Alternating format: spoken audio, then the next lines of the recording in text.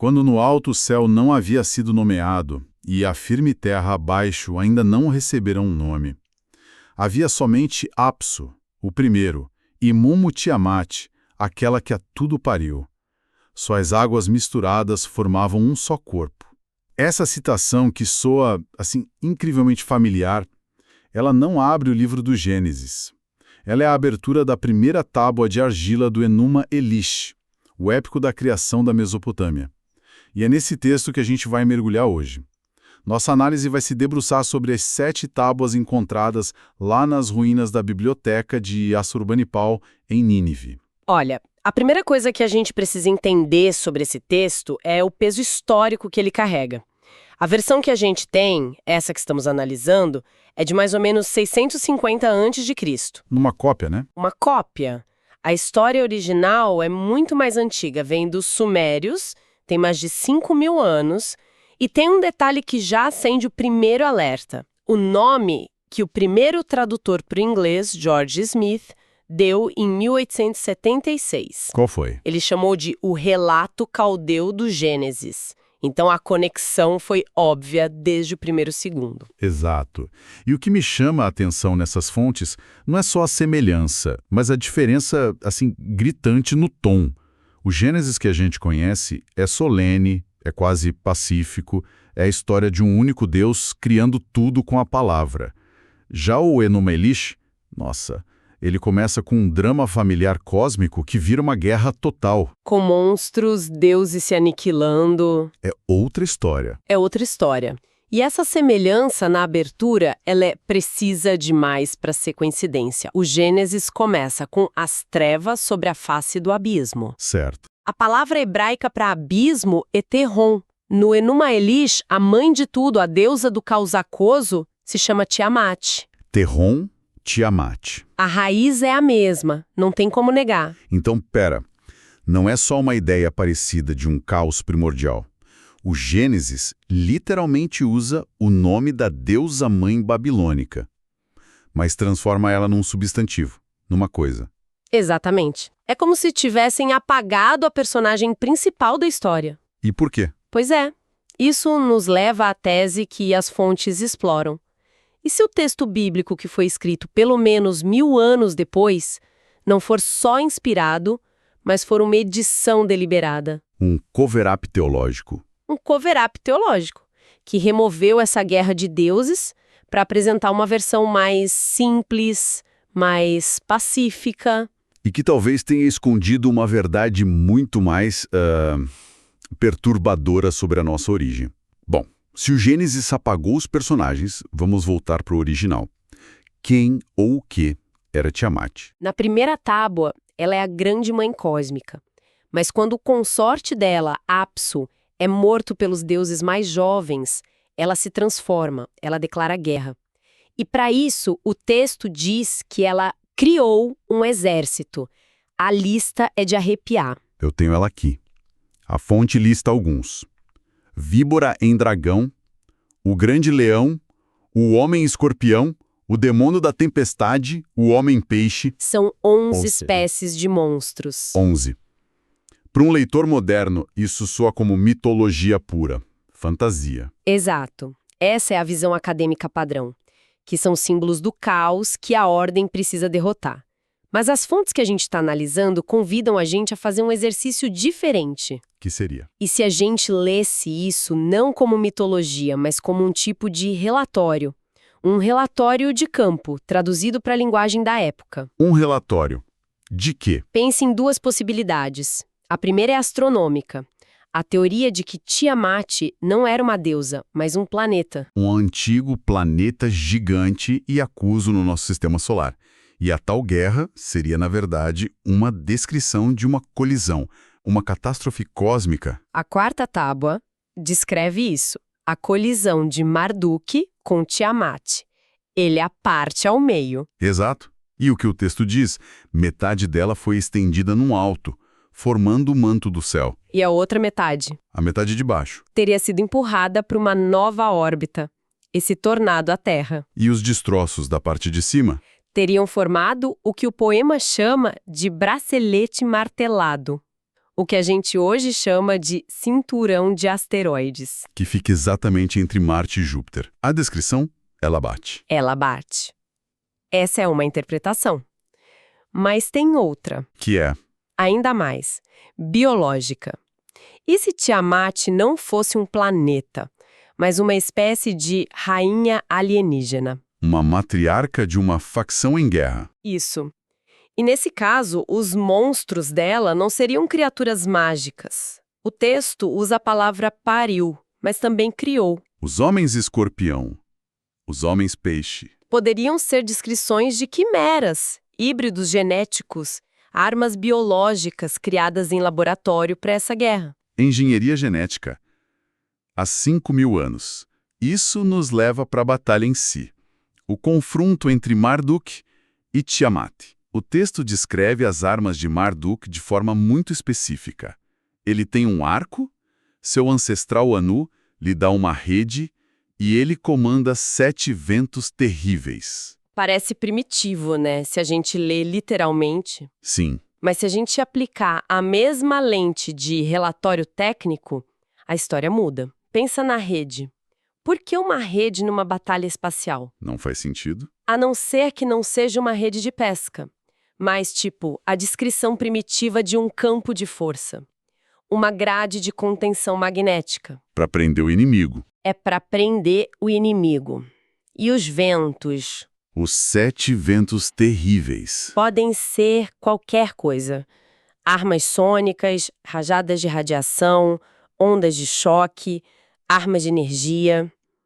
Mas o detalhe mais revelador é como Marduk usa uma dessas armas, o vento Inhulo. O texto diz que ele lança o vento direto na boca aberta de Tiamat, e o vento infla seu ventre antes do tiro final. Nossa, isso não soa como um sopro de vento. De jeito nenhum. Soa como uma arma de pressão interna, algo para desestabilizar a estrutura do alvo por dentro. Uma falha catastrófica antes do golpe de misericórdia. É uma tática de guerra sofisticada, não um feitiço.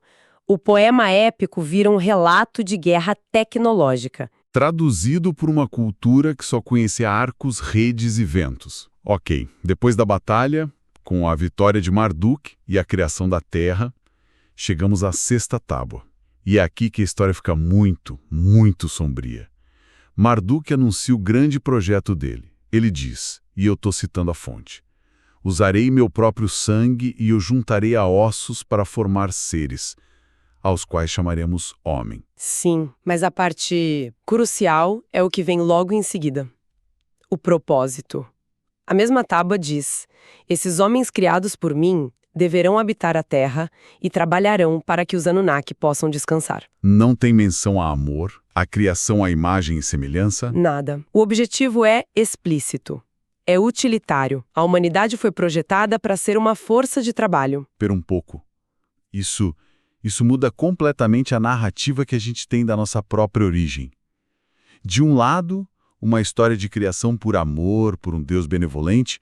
Do outro, a original, em que somos... Gado biotecnológico, projetados para servir. É um choque existencial. E fica pior, fica mais complexo. O plano original de Marduk, de usar o próprio sangue, é alterado. Ea, o deus da sabedoria, que é uma figura-chave aqui, ele intervém. O que ele sugere? Ele sugere que, em vez de usar o sangue de um deus vitorioso, como Marduk, eles usem o sangue do instigador da rebelião. O general de Tiamat. O general de Tiamat. O texto identifica, foi Kingo quem instigou os deuses à rebelião. E o que acontece com Kingo? Ele é condenado. E aí vem a passagem que define a nossa origem segundo este texto.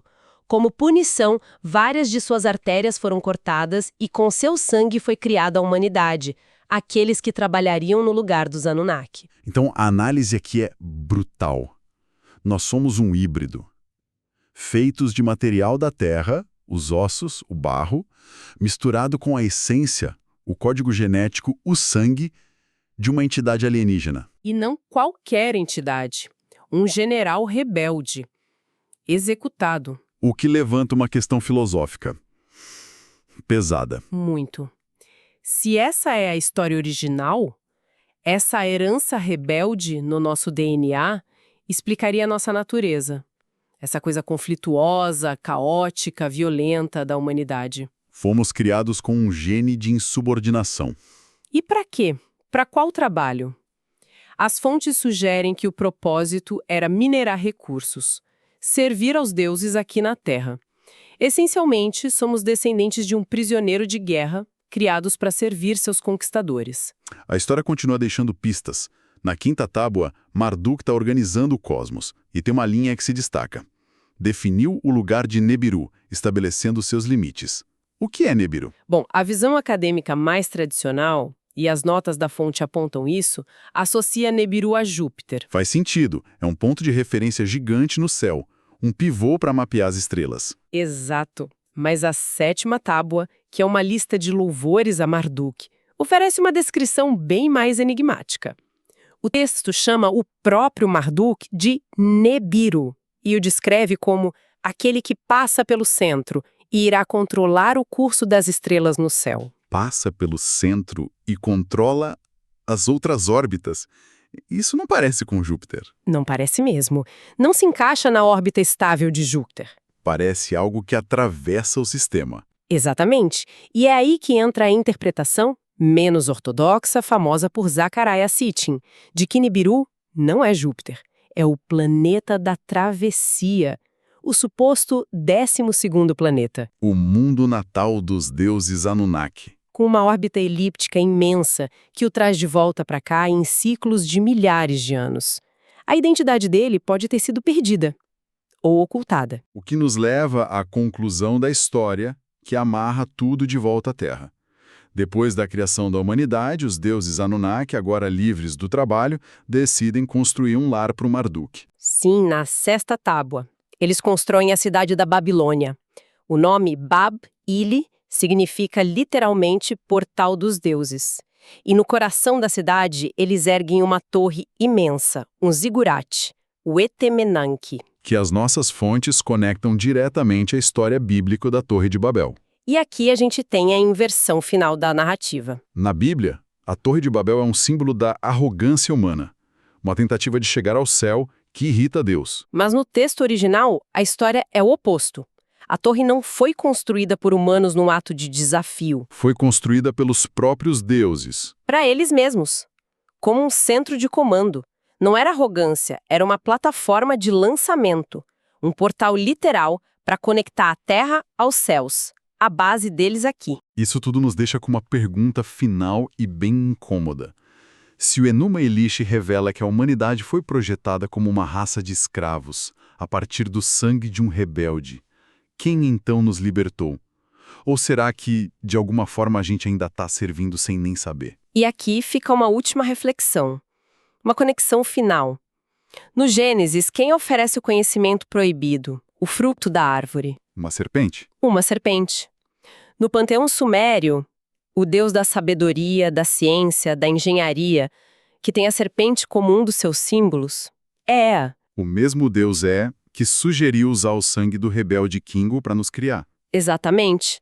Seria Ea a figura por trás da serpente do Éden? Um cientista com remorso, talvez? Alguém que participou da nossa criação, mas que depois, secretamente, tentou nos dar o conhecimento que nossos senhores queriam nos negar. A tábua termina, mas a questão permanece.